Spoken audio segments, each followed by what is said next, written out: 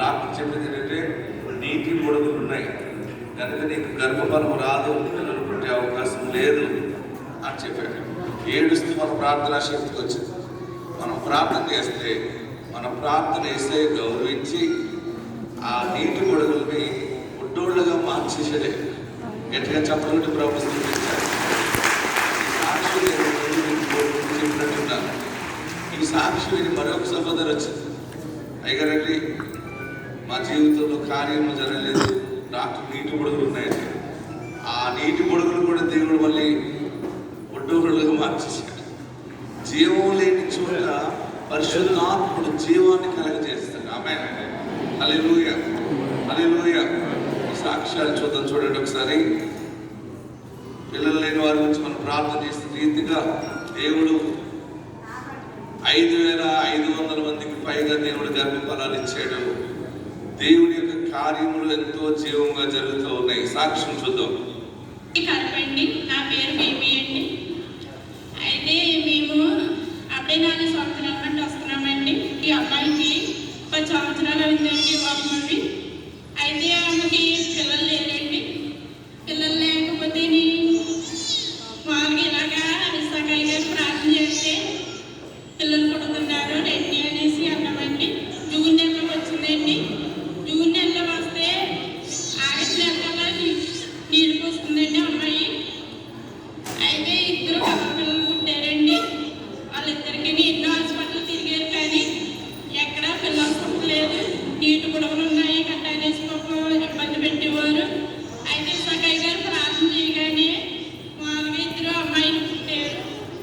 దేవుడు చేసిన మేలు కాబట్టి దేవుడికి మహిమ కలుగును గాక. గట్టిగా చెప్పండి. సహోదరి అడవిగూడలో 20 సంవత్సరాలకి గర్భఫలం వచ్చింది. ఎన్ని సంవత్సరాలకి? మీరు ఎక్కడ ఎన్నుండాలండి? 24 సంవత్సరాలకి, 20 సంవత్సరాలకి, 28 సంవత్సరాలు కూడా గర్భఫలాలు వచ్చినాయి. 30 కూడా దాటేస్తుంది, 40 అయినా వచ్చేస్తుంది అంతే.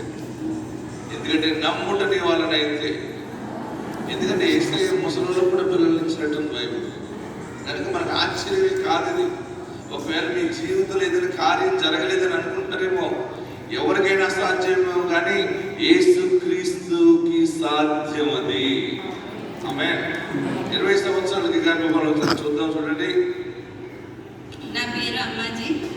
మా అక్కగారి కోడలకి 20 సంవత్సరాలు బట్టి పిల్లలు లేరండి. మాగంటి ఫంక్షన్ హాల్లో ఇసాగయ్య గారు ప్రార్థన పెడుతున్నారు అన్నారు. పిల్లలు పుడుతున్నారు, ఆయన ప్రార్థన చేస్తే అని చెప్పారు.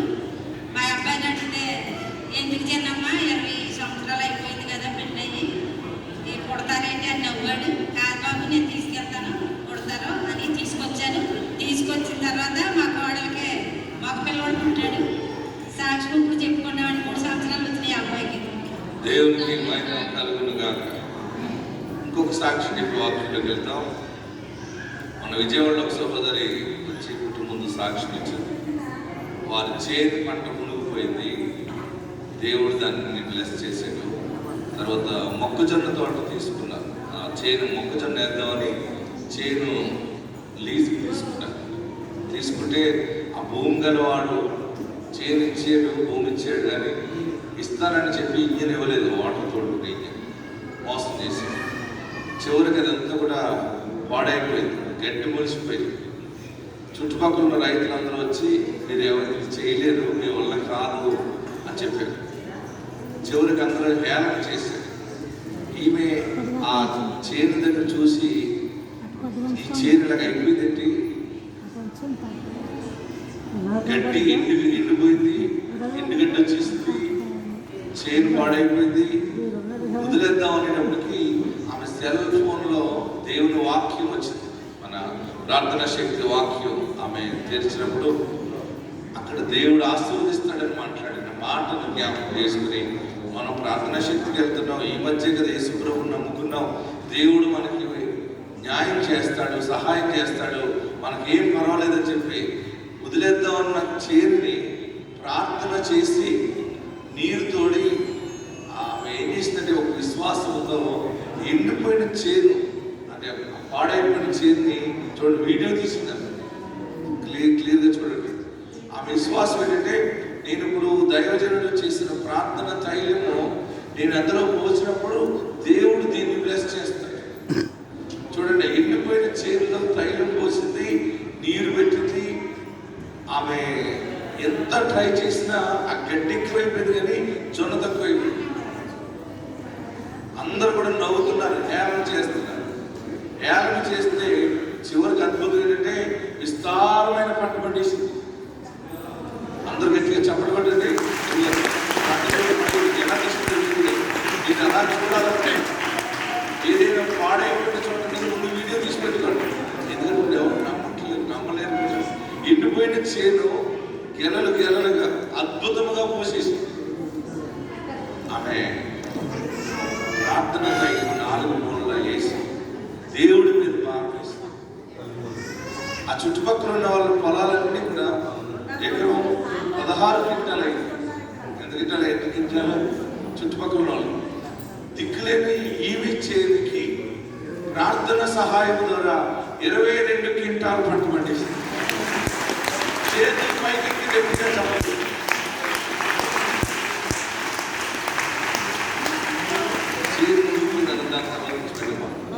అసలు ఎంత గొప్ప సాక్ష్యం అంటే, మీరు ఎప్పుడైనా సరే మీరు ఒక వాడైపోయి ఇంట్లో ఉన్నారనుకోండి, ఫోటో తీసి పెట్టుకోండి. ఏదైనా కాలు జబ్బుతో పడితే ఫోటో వీడియో తీసి పెట్టుకోండి. శరీరం మీద ఏదైనా మచ్చలు, బాధ, వ్యాధులు ఏదైనా ఉన్నాయనుకోండి, వీడియో తీసుకోండి.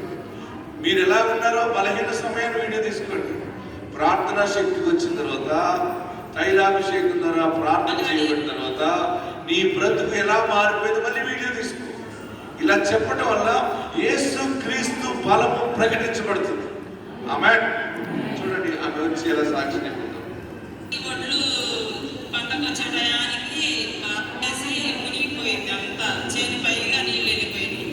నీళ్ళు వెళ్ళిపోతే ఈ మా ఆయన గారు బాధపడుతున్నారు చాలా. నేను అన్నాను, ఏం కాదు, మనం దేవుడు బిడ్డ, దేవుడు నమ్ముకున్నాం కొత్తగా, అయినా మనం దేవుడు పడుతున్నాడు, లేకపోతే మనం ఇన్ని బాధల్లో వచ్చి దేవుడి దగ్గరికి ఊర్లు పెట్టి మొన్నకి వచ్చాము. కొన్ని కలిసి అమ్మగారు కాదు అని నేనైతే ధైర్యంగా ఉన్నాము.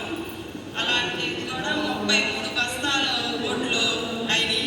మునిగిపోయి నీళ్లు ఏవి కావాలనుకున్నాయి. 33 బస్తాలు ఎకరం 66 బస్తాల దగ్గరకు అయింది. తర్వాత జొన్న పంట వేసాం. జొన్న పంట వేసినాక గడ్డి జొన్న ఒకే సమానంగా పెరిగింది. ఎలా అయినా సరే జాగ్రత్తగా కొట్టాలని చెప్పి కొట్టినా సరే అది మొత్తం ఎండిపోయింది చేనంతా. ఇంకా చుట్టుపక్కల వాళ్ళు అన్నారు, ఇంక పండదమ్మా, ఈ కంకులు కూడా రావు, ఇంకా అనవసరము అని చెప్పేసి అన్నారు.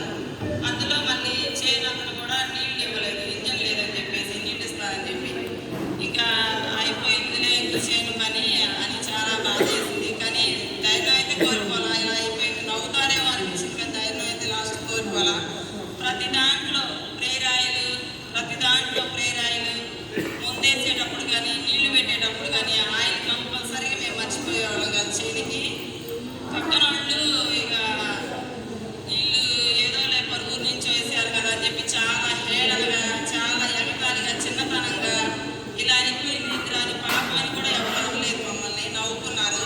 అయినా మేము ప్రార్థన వస్తాం, చాలా నమ్మకం మాకు ఇక్కడ. అలాంటిది నమ్మిన వాళ్ళకి 16 క్వింటాలు అయినాయి ఎకరానికి. మా చేను 22 క్వింటాల కాడికి ఎకరానికి అయినాయి. చాలా అసలు ఆనందం. తర్వాత వాళ్ళే అన్నారు, ఏమేసావు చేను కంటే నా దేవుడు ఉన్నాడు, నేను దేవుడి మీద భారం వేశాను. ఒక అతను అన్నాడు, చేలో దమ్ము కాదురా, మనిషిలో దమ్ము ఉండాలి అన్నాడు. నేను అన్నాను, మనుషుల దమ్ము కాదు, దేవుడు దమ్ము చూపిస్తాడు మనకి అని బాధపడమాక మేమందరం అనుకున్నాం, మా భర్త నేను.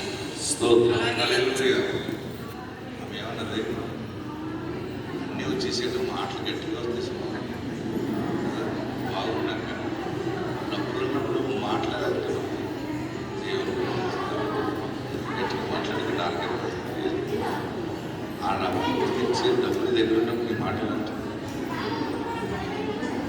ఏంటి స్టైల్ మాట ఏమన్నారు, తెలియనప్పుడు కూడా మంచి బిల్డింగ్ కట్టేశారు. ఎలా ఉంటుంది, ఎదురు కూర్చుంటారు, పని లేకుండా ఎదురు కూర్చోరు.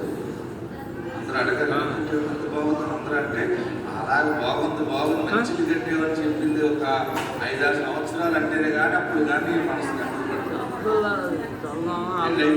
బంగారం మాటికి పడేసేసి లేనప్పుడు కొడతాడు అంటే ఏదైనా వచ్చినప్పుడు ఏం చేస్తుంది చిన్న ఫంక్షన్కి అన్నీ పెట్టుకుని వెళ్ళిపోతుంది. దేవుడు మనల్ని ఆస్వాదించే మన స్టైల్ అందరూ ముందు ఆమెను దేవుడికి హెచ్చించారు కదా. అందరూ వచ్చి ఏం చేసేవమ్మ నీ చేతికి పాడైపోయిన చేతికి ఏం చేసేవంటే ఆమె ఏం చెప్తుంది, ఏం చేస్తానో దేవుని మీద భారం వేస్తున్నాను ఏమన్నది గట్టిగా చెప్పాలి.